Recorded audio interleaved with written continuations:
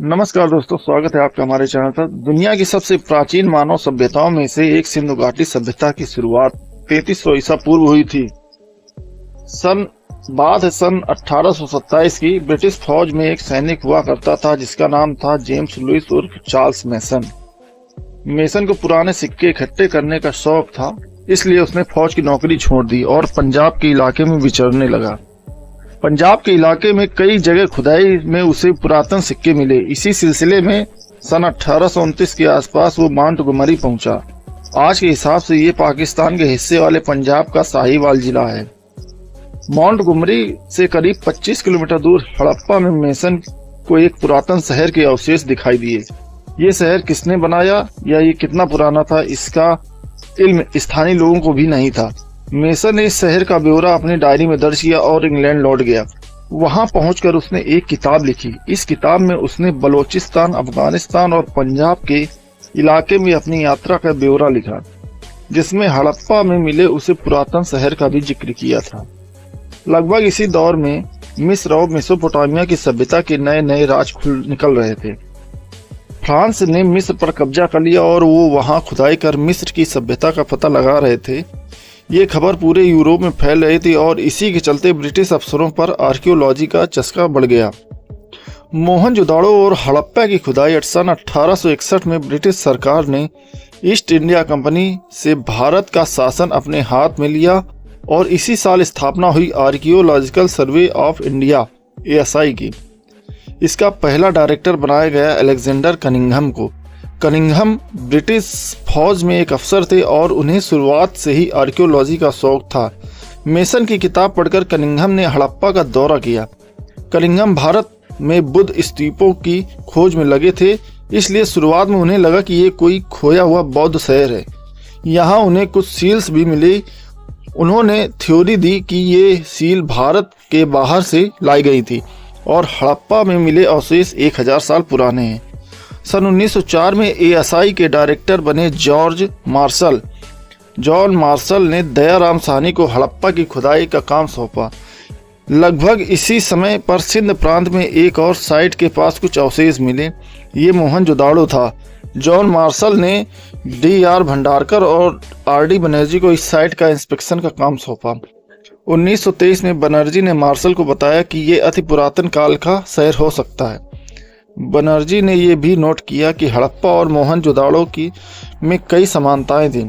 दयाराम साहनी और बनर्जी के नोट्स मिलाए गए। अंत में सन 1924 में जॉन मार्शल ने लंदन की एक मैगजीन के माध्यम से घोषणा की कि उन्होंने एक पुरातन सभ्यता की खोज की है, जिसे नाम दिया गया सिंधु घाटी सभ्यता।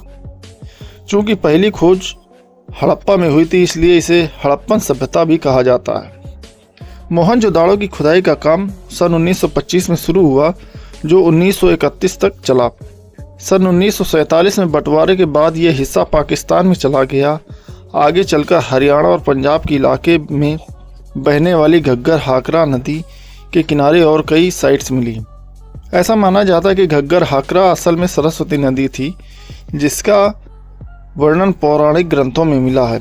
बहरहाल साल 2002 का हड़प्पन सभ्यता की 1000 से ज़्यादा साइट्स खोली जा चुकी थी।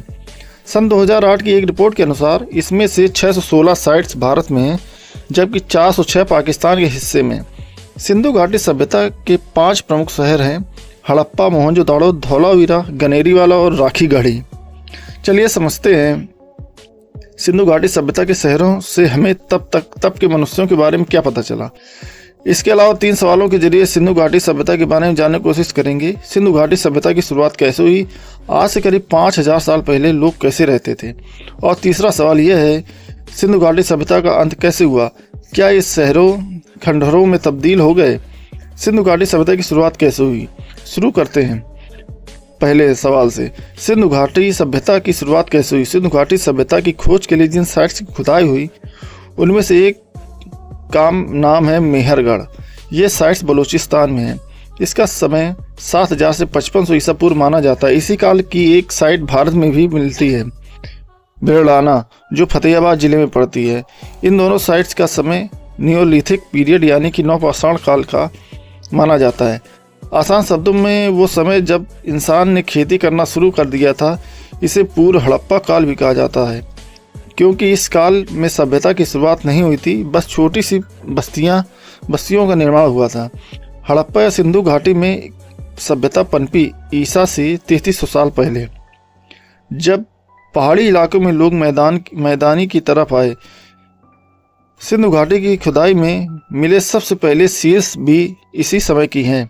सिंधु और घग्गर खाकरा सहित बाकी नदियों की किनारे का इलाका बहुत उपजाऊ था, इसलिए इन नदियों के किनारे लोगों ने खेती करना शुरू किया।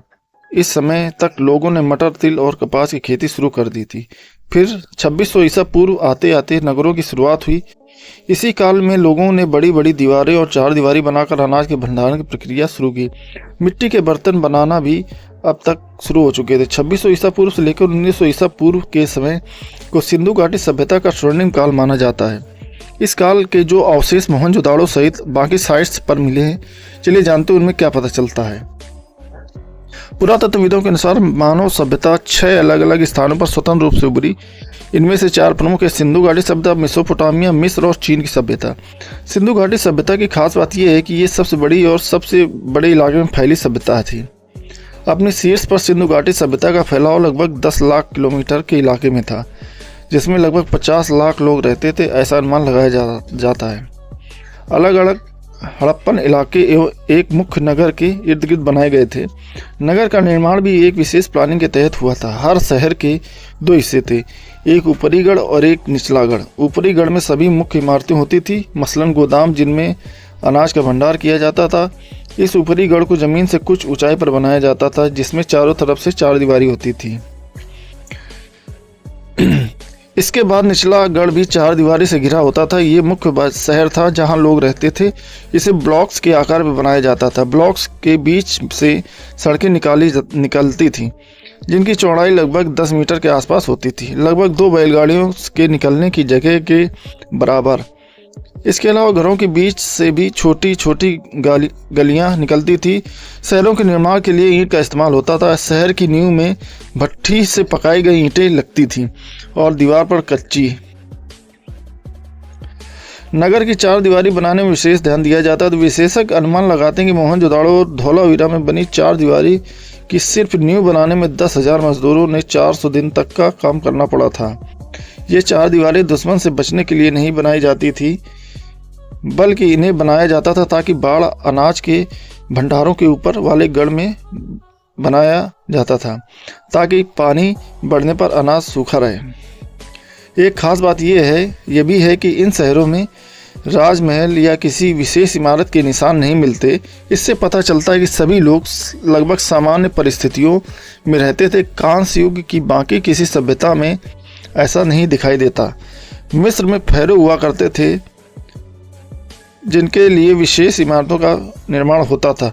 पिरामिड जैसे स्ट्रक्चर बताते हैं कि विशेष लोगों को मरने पर भी विशेष ट्रीटमेंट दिया जाता था। तो आज आपको ये जानकारी कैसी लगी? उम्मीद करता हूँ अच्छी लगी होगी। धन्यवाद।